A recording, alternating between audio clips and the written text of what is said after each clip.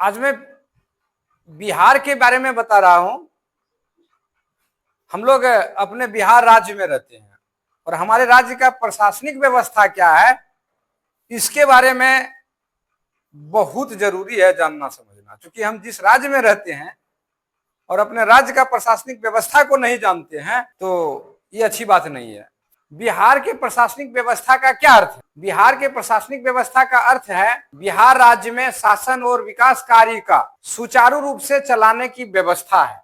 इसमें राज्य को प्रमंडल, जिला, अनुमंडल, प्रखंड और पंचायत, वार्ड तथा गांव में बांटकर प्रशासन चलाना है। क्या आप लोग बता सकते हैं बिहार के प्रशासनिक व्यवस्था का अर्थ क्या है?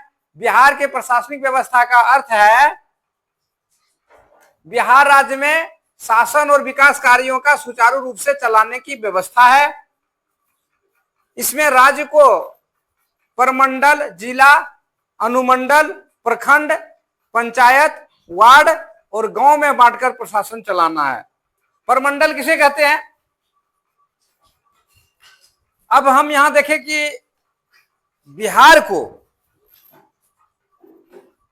एक प्रमंडल में बांट दिया है, यानी बिहार के प्रशासनिक कार्य जितने बड़े बिहार हैं उसके प्रशासन को, नियम कानून को चलाने के लिए उसको एक प्रमंडल में बांट दिया गया है और प्रमंडल में बांट करके शासन को चलाया जाता है।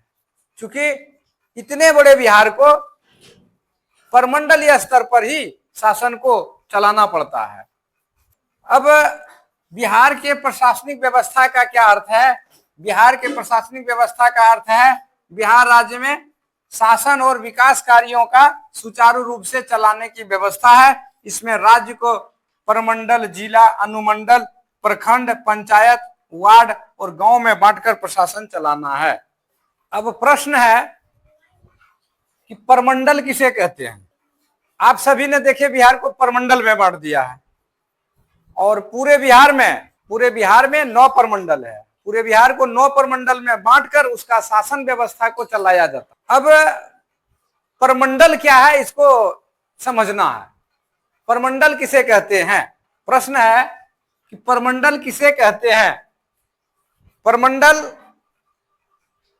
कई जिलों को मिलाकर बनाई गई एक प्रशासनिक इकाई होती है। प्रमंडल क्या होती है?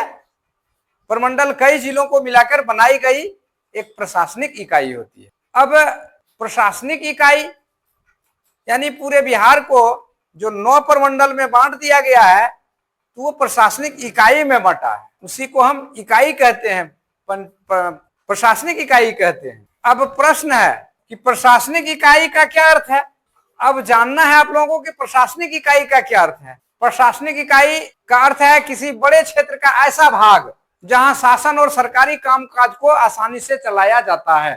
प्रशासनिक इकाई क्या है? प्रशासनिक इकाई का अर्थ है किसी बड़े क्षेत्र का ऐसा भाग जहां शासन और सरकारी कामकाज को आसानी से चलाया जाता है। जैसे कि आप देखे होंगे थाना, यह एक प्रशासनिक इकाई है। आप जानते हैं जिला, यह एक प्रशासनिक इकाई है। अब बिहार पर, पूरे बिहार से लेकर हम अपने गांव तक की बात अब मैं बता रहा हूं कि बिहार प्रशासन के कौन कौन से प्रशासनिक इकाई है। बिहार का एक जो प्रशासन व्यवस्था है, बिहार जो चलाया जा रहा है वो प्रशासनिक व्यवस्था के आधार पर ही चलाया जा रहा है। उसका जो नियम, रूल, प्रक्रिया है उसी के आधार पर बिहार चल रहा है। और प्रशासनिक व्यवस्था का कई इकाई है, कई भाग हैं, छोटे से लेकर बड़े तक। इसी को हम, कई भागों को हम इकाई कहते हैं। इकाई का मतलब होता है पूरे समूह का एक। प्रमंडल के सबसे बड़े अधिकारी को क्या कहते हैं? अब आप लोग यहां तक समझे कि बिहार का कई प्रशासनिक इकाई है, प्रमंडल, जिला, अनुमंडल, प्रखंड, पंचायत और गांव। तो प्रमंडल का जो सबसे बड़े हेड, जो प्रमंडल को चलाने वाले सबसे बड़े अधिकारी होते हैं, तो प्रमंडल चलाने वाले सबसे बड़े अधिकारी जो होते हैं उनको किस नाम से जाना जाता है, उनका पद नाम या किस पद नाम से जाना जाता है। और परमंडल के बड़े अधिकारी बनना साधारण बात नहीं है, उसके लिए बहुत मेहनत करके पढ़ाई करना पड़ता है।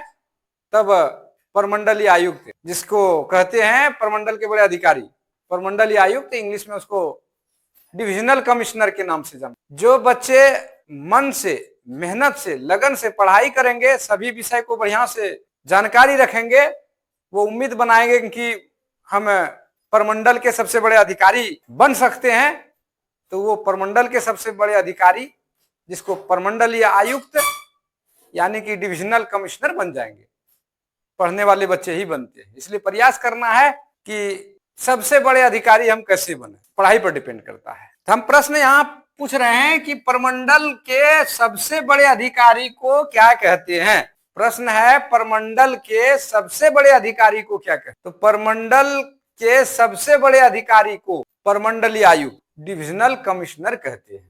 परमंडल के सबसे बड़े या प्रमुख अधिकारी को परमंडलीय आयुक्त, डिविजनल कमिश्नर कहते हैं। परमंडल के सबसे बड़े अधिकारी को क्या कहते हैं। परमंडल के सबसे बड़े या प्रमुख अधिकारी को परमंडलीय आयुक्त, डिविजनल कमिश्नर कहते हैं। तो प्रश्न है परमंडलीय आयुक्त का मुख्य कार्य क्या है।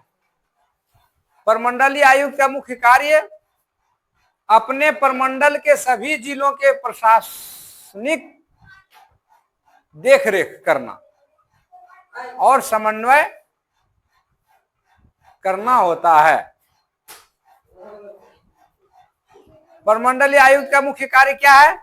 परमंडलीय आयुक्त का मुख्य कार्य अपने प्रमंडल के सभी जिलों के प्रशासन की देखरेख और समन्वय करना होता है। अगला प्रश्न है परमंडलीय आयुक्त क्या सुनिश्चित करते हैं। परमंडलीय आयुक्त क्या सुनिश्चित करते हैं। परमंडलीय आयुक्त यह सुनिश्चित करते हैं कि कानून व्यवस्था, सरकारी योजनाओं, विकास कार्यों के सुचारू संचालन को सुनिश्चित करते हैं। परमंडलीय आयुक्त क्या सुनिश्चित करते हैं। परमंडलीय आयुक्त क्या सुनिश्चित करते हैं। परमंडलीय आयुक्त यह सुनिश्चित करते हैं कि कानून व्यवस्था, सरकारी योजनाओं, विकास कार्यों के सुचारू संचालन को सुनिश्चित करते हैं। सरकारी योजना, जैसे सरकारी योजना का मतलब सरकार द्वारा समाज के प्रति, जनता के प्रति कोई भी काम कराना, जैसे विद्यालय बनाना सरकारी योजना हो गया। इसके बाद किसानों के लिए सिंचाई की व्यवस्था करना सरकारी योजना हो गया। इस तरह से कोई भी सरकारी काम को सरकारी योजना कहा जाता है। विकास कार्य, विकास कार्य का मतलब होता है कि कोई भी काम को, गांव की तरक्की, उन्नति के लिए कोई भी काम कराना विकास काम ही कहलाता है। और सुचारू संचालन का मतलब होता है शांतिपूर्ण ढंग से, सही तरीके से चलाना सुचारू संचालन का अर्थ होता है। सुनिश्चित का अर्थ होता है कि निर्णय लेना, अच्छा निर्णय लेना, अच्छा विचार करना, और अच्छा विचार, अच्छा निर्णय के द्वारा विकास काम अच्छे तरीके से होना, पूर्ण रूप से सही होना, कहीं कोई गड़बड़ और गलत नहीं होना। सुनिश्चित का अर्थ होता है कि सही सूझबूझ, सोच विचार के साथ उस काम को चलाना, पूरा कराना। सुनिश्चित विचार करना, कैसे चलेगा, इसके बारे में क्या निर्णय लिया जाएगा, सुनिश्चित कहते हैं। अगला प्रश्न है समन्वय का क्या अर्थ है। अगला प्रश्न है समन्वय का क्या अर्थ है। और तालमेल के साथ काम कराना, इससे सभी लोग या विभाग अपना काम सही समय पर सही तरीके से पूरा कर पाते हैं। समन्वय का अर्थ यही होता है। यानी समन्वय का अर्थ होता है कि मिलजुल कर, तालमेल के साथ काम कराना, सबसे मिलजुल कर सभी लोग या विभाग आप अपना काम सही समय पर और सही तरीके से पूरा कराना समन्वय कहलाता है। अब अगला प्रश्न है कि जिला से आप क्या समझते हैं, यानी जिला किसको कहते हैं? जिला से आप क्या समझते हैं? जिला राज्य का एक महत्वपूर्ण प्रशासनिक इकाई होता है। जिला क्या होता है? जिला राज्य का एक महत्वपूर्ण प्रशासनिक भाग होता है जहां से सरकारी काम को चलाया जाता है। जिला राज्य का एक महत्वपूर्ण प्रशासनिक भाग होता है जहां से सरकारी कार्य को चलाया जाता है। जैसे राज्य का भाग जिला भी है, यानी एक जिले के अंतर्गत जितने भी गांव आता है सभी गांवों का, सभी विभाग का तहसील कलेक्शन जिला जाता है और वहां से तहसील और कलेक्शन जो है वो जिला से ही राज्य के जो विभागीय खजाना होता है वहां जमा होता है। इसलिए सबसे बड़ा तहसीलदार एक जिला कहलाता है। अब समझ में आया कि जिला किसे कहते हैं? जिला राज्य का एक महत्वपूर्ण प्रशासनिक भाग होता है जहां से सरकारी कामकाज को चलाया जाता है। अब अगला प्रश्न है, जिला का सबसे बड़े अधिकारी को क्या कहते हैं? जिला किसी बड़े अधिकारी के द्वारा चलाया जाता है और जिला में जो सबसे बड़े अधिकारी हैं, जिला में जो सबसे बड़े अधिकारी हैं उसका नाम क्या है? आप लोग जानते हैं, उनको क्या कहते हैं? जिला से आप क्या समझते हैं? जिला राज्य का एक महत्वपूर्ण प्रशासनिक भाग होता है जहां से सरकारी कामकाज को चलाया जाता है और जिला का सबसे बड़े अधिकारी क्या कहलाते हैं? जिला का सबसे बड़ा अधिकारी को जिलाधिकारी या डिस्ट्रिक्ट मजिस्ट्रेट, शॉर्ट फॉर्म में डीएम कहते हैं। जिला का सबसे बड़े अधिकारी कौन होते हैं? जिला का सबसे बड़े अधिकारी डिस्ट्रिक्ट मजिस्ट्रेट डीएम होते हैं। अगर हमको किसी प्रकार की कोई कंप्लेन देना है तो नीचे स्तर के कोई भी अधिकारी या कर्मचारी नहीं सुन रहा है, हमारे काम पर कोई विचार नहीं कर रहा है, तब हम सबसे छोटे कर्मचारी, सबसे छोटे अधिकारी को छोड़ के जिला के जो सबसे बड़े अधिकारी होते हैं, जिसको हम डिस्ट्रिक्ट मजिस्ट्रेट डीएम कहते हैं, उनके पास आवेदन डालते हैं और तब हमारी काम पर कार्रवाई होती है। और जितने भी प्रखंड से पंचायत स्तर के अधिकारी, कर्मचारी, क्लर्क जो भी होते हैं, तब डीएम साहब के आदेशानुसार उनका सुनवाई करते हैं और हमारे हर काम बड़ा आसानी से हो जाते हैं। इसलिए जिला के सबसे बड़ा अधिकारी डीएम कहलाते हैं। तो आप सभी से मेरा यही कहना है कि पढ़ने वाले विद्यार्थी ही एक जिला के अधिकारी बनते हैं, डीएम साहब। अगर आप सभी किसी को डीएम साहब बनना है तो बड़ा मेहनत और लगन से पढ़ाई करेंगे बाबू। आप जिसने मन में बैठाएं कि डीएम साहब का कुर्सी लेना है अवश्य ले लेंगे, दूर नहीं है। चलिए आगे मैं बताता हूं कि जिला के सभी काम किसके देखरेख में होता है।